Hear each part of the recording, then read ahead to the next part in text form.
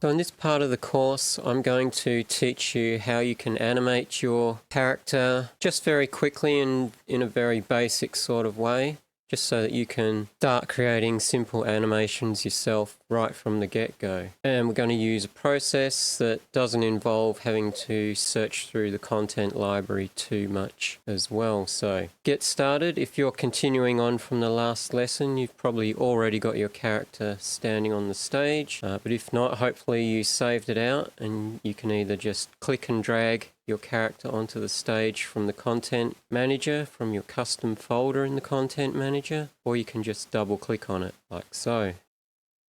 There we have your character on the stage, and the first thing we're going to do is give the character some motion clips that automatically animate the character. So ordinarily, to animate a character, you would go into the template side of the content manager and you would select this icon up here, animation, and you'll see you have all these different types of animation that you can apply, but the one we'll be looking at is this one, which is the action menu. Now what you can do is you can give any character an action menu that is like a list of motion clips that get saved with the character so that you can easily access them anytime you use that character. You don't have to go searching through the menus or through the content manager each time. So you'll see if I right click on this character now, you'll see this menu comes up, and right at the top we've got action menu and the action menu editor, but there's no actual motion clips in here. If I select this at the moment, action menu will come up. We've got the action,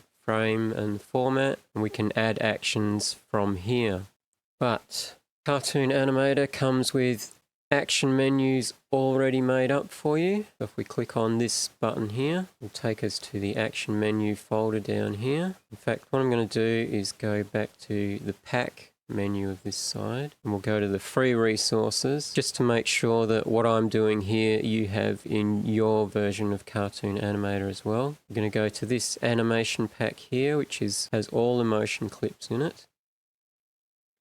And now when I select animation up here, you'll see we've got our action menu. Just click on that and you'll see we've got a number of packs coming up here. Now if you can't see these at this point, this is because I've got show subfolder items active. I open up the subfolders, you'll see we've got human and animals. So if I unclick or uncheck this, you'll see we've got these two folders here. And obviously we want the human folder, so we'll go into that. And again, when we're selecting a pre-made action menu to go with our character, we want to notice that this is a front-facing character. So we want to use an action menu for a front-facing camera. And how you tell, aside from looking at the thumbnail, this one here is clearly front-facing, she's front-facing, he's side-facing.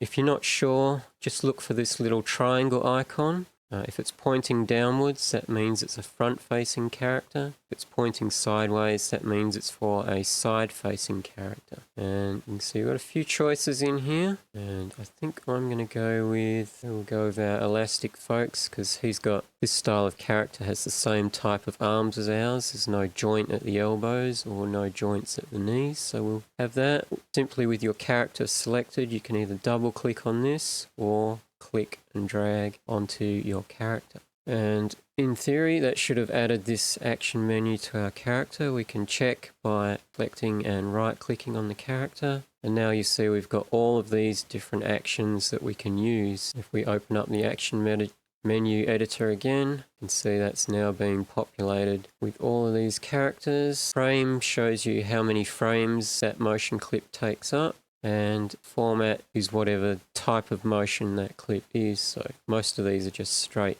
motion clips. The other thing you'll notice about the naming of these particular motions, you see we've got some that's like stand 1, stand 2, that's just different versions of a character standing. You see we've got this one here that's talk 1S, talk bracket 2L1, talk bracket 2L2, and talk bracket 3E. The naming convention for this, talk 1S means talk 1 start, so that's the start of the character talking. Talk 2L, the L stands for loop, so this is a motion that you could loop after the character has started talking, so you could that's the one you would use next. And again, we've got torque to loop 02, that's a different motion that can also be looped. Then torque 3E, the E stands for end, so if you want to end off your sequence, this will return the character pretty much back to whatever pose it was in before you started, or at least back to a standing pose that doesn't look like it's talking. So again, we've got down here squat start and squat end here. We've got angry 1 S, angry 2 loop, angry 3 end. So the naming convention is the same. The S means start, the L means loop, and the E means end. So just keep that in mind when you're selecting these. But for the moment, we'll get out of this.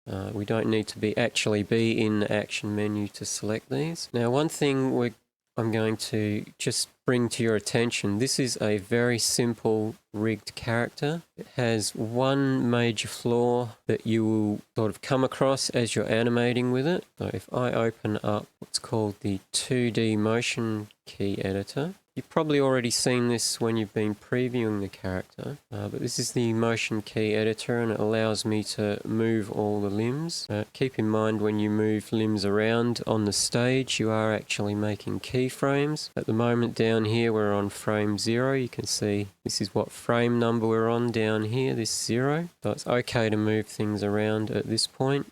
We'll just be making keyframes. But you'll see if I move this arm and bring it in front of the character, you'll see the hand is going behind, through the character's leg, and going into the chest, behind the head. With this particular rig, there's no real way you can change the layer order of this. So when you're animating this character, you generally want to keep an eye out and make sure that the limbs aren't crossing over and looking odd at any particular point. And you see that leg's okay, it can cross over fine, but mainly our problem's going to be with the hands for the kind of animation we're doing today. So I'm going to undo that. We'll just hit the reset button on here and get him back. Finally, just before we get into animation, I'm going to talk about the camera. At the moment we're using the preview camera, which you can tell by this blue rectangular outline here.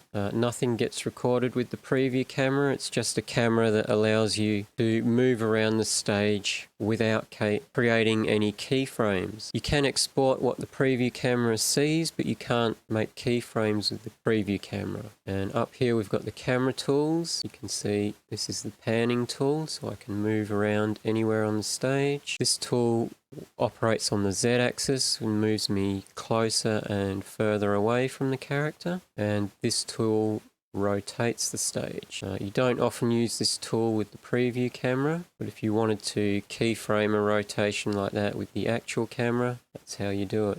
This tool will return the camera view to the home position, and we've got focus object and focus all in there. So focus all generally focuses on everything that's on the stage, and focus object will only become active if I select an object. So go back to the selection menu, click my character, go into this menu, and now focus object becomes selectable. So it didn't move much then, but if I go zoom out and now I select my camera and go focus object, then it comes up closer. I'm going to put that back to the home position. One other camera we have is the 3D view.